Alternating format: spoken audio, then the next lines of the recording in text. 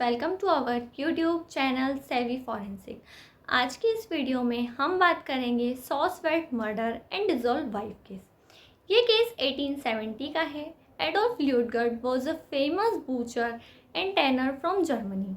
1878 में अपनी first wife के डेथ के बाद एडोल्फ ने लुइस बिकनीस से शादी कर ली थी और उनके 10 ईयर यंगर चिल्ड्रन भी थे।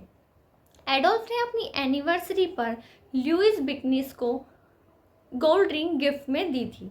उस रिंग पर LL इनिशियल्स इनग्रेव थे।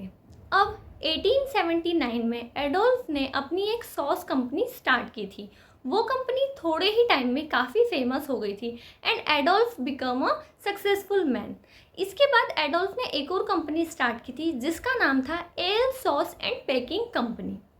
ये company south west corner of Hermitage में लोकेटेड थी। अब एडोल्फ ने अपनी सॉस कंपनी के पास 3 स्टोरी हाउस भी बना लिए थे। अब 1 मई 1897 को लुइस ल्यूटगर्ड मिसिंग हो गई थी। अब 3 दिन के बाद ही जो लुइस है उसका ब्रदर डिड्रिच बिकनीस जो था वो आया लुइस से मिलने के लिए, लेकिन लुइस नहीं मिली। तब उसे पता चला कि लुइस मिसिंग है। एडोल्फ ने बताया कि लुइस 3 दिन से मिसिंग है और ना तो उसने उससे सर्च करने का ट्राई भी नहीं किया और ना पुलिस को इन्फॉर्म किया है। फिर डेड्रिज ने पुलिस को कंप्लेन की और फिर इन्वेस्टिगेशन स्टार्ट हुई। जैसे ही इन्वेस्टिगेशन स्टार्ट की, पुलिस ने सारी जितनी भी पॉसिबल प्लेसेस थी सारी जगह पर सर्चिंग की, लेकिन कोई भी चांस नहीं मिल रहा था लुइस के मिलने का। अब जो इन्वेस्टिगेटिंग ऑफिसर था जिसके पास ये केस था उसने डिसाइड किया कि एडोल्फ की जो सॉस कंपनी है एंड जो पैकिंग कंपनी है उसके जो स्टोरी हाउस वगैरह है वहाँ पर सर्चिंग एक बार करना चाहिए। फिर 11 मई को पुलिस एडोल्फ की फैक्ट्री में पहुँच गई सर्चिंग के लिए। अब वहाँ पर सबसे पहले उन्होंने वॉचमैन से इंक्वायरी की। तब वॉचमैन ने बोला कि स्टीम वेट्स देखो, मतलब पुलिस को ऐसा बताया। फिर जब पुलिस ने स्टीम वेट्स देखे तब उन्हें सेडिमेंट में 2 रिंग मिली थी। उसमें से एक रिंग पर LL इनिशियल्स इनग्रेव थे। अब जो एडोल्फ है उसकी कंपनी जो थी सॉस की थी और वहाँ पर बहुत सारे लार्ज ऐसे स्टीम वेट्स प्रेजेंट थे, जिसमें से एक और जो वेट था उसमें reddish brown liquid half filled था और कुछ प्यूट्रीफाइड स्मेल भी आ रही थी। जब इन्वेस्टिगेटिंग ऑफिसर ने जो वेट है उसके बॉटम को हटाया तब वहाँ कुछ और थोड़ा सा रेडिश लिक्विड और कुछ स्मॉल बोन के पीसेस भी मिले। अब ये सारी चीज़ों के बाद पुलिस ने और भी इन्वेस्टिगेशन और सर्चिंग स्टार्ट की।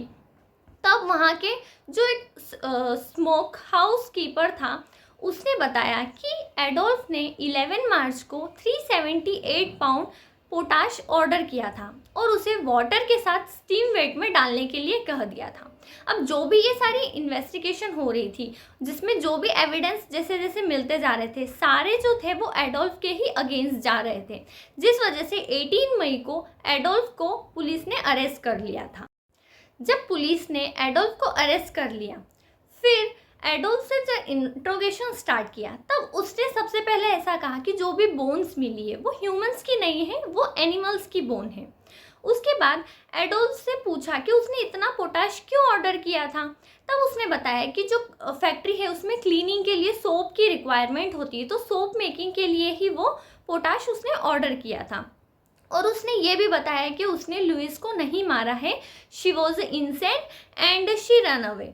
देन उसके बाद सारे जो भी एविडेंसेस मिले थे उसकी फैक्ट्री से वो सारे एग्जामिनेशन के लिए गए। तो एग्जामिनेशन जो हुआ एविडेंस का वो यह था कि जो गोल्ड रिंग मिली थी पुलिस को जिसपे LL इनिशियल इनग्रेव थे वो कंफर्म हो गया था कि LL लुइस ल्यूटगर्ड की ही गोल्ड रिंग थी।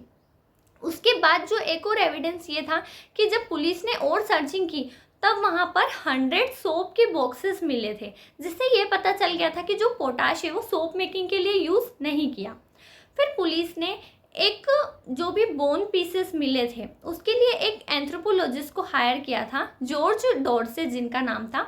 उन एंथ्रोपोलॉजिस्ट ने जब एग्जामिनेशन किया उन बोन के जो भी पीसेस थे, तो उन्होंने बताया कि ये ह्यूमन के बोन है, और उन्होंने ये भी बताया कि फीमेल ओरिजिन है इस बोन का।